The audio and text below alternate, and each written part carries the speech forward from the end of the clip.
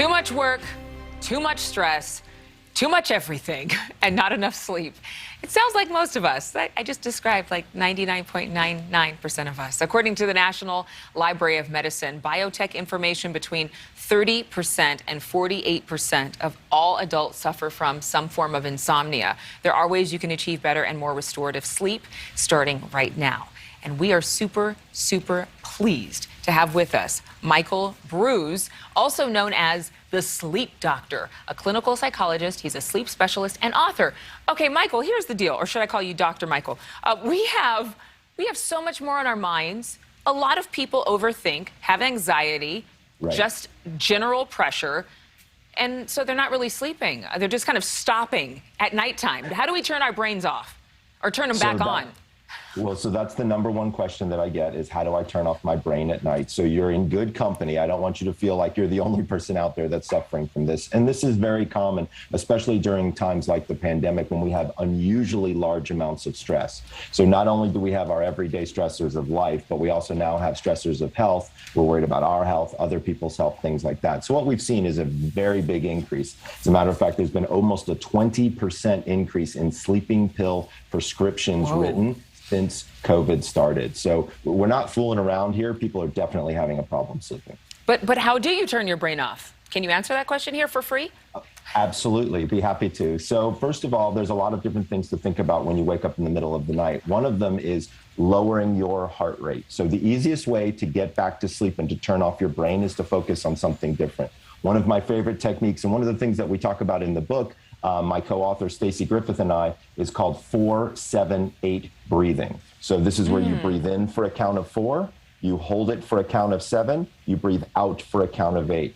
This is a method that was developed by Dr. Andrew Weil. It's been used in the Navy SEALs. It really helps lower heart rate. Here's the important statistic. If you're trying to fall asleep, you want a heart rate of 60 or below in order to enter into a state of unconsciousness. So doing distracting things, believe it or not, you could even watch TV. Yes, I'm the only sleep doctor that says it's okay to fall asleep with the television on as long as you have the timer set. As long as you have the timer set. The right TV channel, though. Like if they're watching NewsNation, something nice and calming. Yeah, well, we definitely don't want to have something that's too media focused, talking about COVID deaths and things like that. Yeah, we want something like an old episode of Seinfeld, you know, something along those lines, for sure. Very therapeutic. Yeah, but distraction is definitely a good technique that people can use, especially in the evening if they've gotten to the point where they just can't seem to fall asleep or turn off their brain. Another favorite is counting backwards from 300 by threes.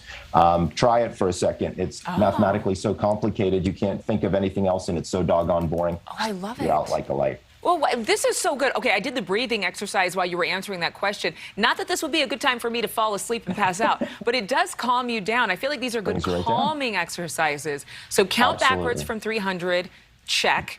Definitely do the breathing, 4-7-8. 4-7-8 breathing, absolutely. I love that. Is it that most people are not getting enough hours of sleep, or they're just not hitting REM sleep? So what's happening is a little bit of both. What we're seeing is a lower quality sleep because, again, people are having a difficult time falling asleep. So the length of time of sleep seems to be variable, as well as the quality seems to be variable. And that's the reason that we wrote the book, Energize, is because what we have is we have a movement, sleep, and intermittent fasting program that actually helps bring it all together for people. So for folks who are thinking, hey, New Year's resolution, new me, right? New year, new me. This is a book that will absolutely give you a very easy path based on real genetics. It really works. We've run it in over 5,000 people, so it's a lot of fun. People will enjoy it. And you wake up and you have a lot of energy. I like how you say, we have this diet, there's fasting involved, but it's a lot of fun. I mean, you're selling me, honestly. Next, any other points that we should look at in terms of sleeping better, deeper rest? Absolutely. One of the things that we've not done since the pandemic is move. So many people are stuck at home on Zoom calls, things of that nature. What we've got to get is people moving throughout the day. I've heard the phrase, sitting is the new smoking, right? And that's really what we're talking about here. So in the book, we have 5 specific movements that you would do throughout your daytime. One of them is a stretch, another is a bounce, another is a shake, things like that to just get your body up and moving about once every 2 hours. This actually helps give you energy throughout the day. And that way you can have, your brain knows exactly when to sleep at night, when to wake up. You have your fasting schedule, you have your movement schedule. Things just go right by. You're triggered in the right ways. One more quick question, because we're out of time. Okay. When do you need to seek professional help for sleep apnea or for insomnia or any other related condition? Absolutely. Great question. So first of all, if people are looking for a way to find a sleep doctor, if you go to sleepcenters.org and type in your zip code, they'll find an accredited sleep center Wonderful. near you.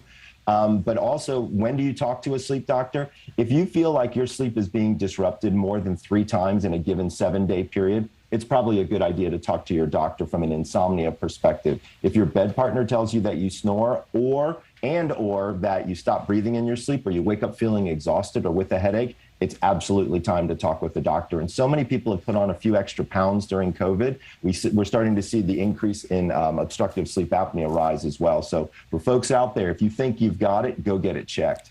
You are my favorite interview of the day, Dr. Brews.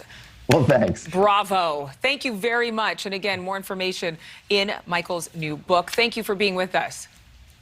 Thanks again. Sweet dreams. Yes, that is the word.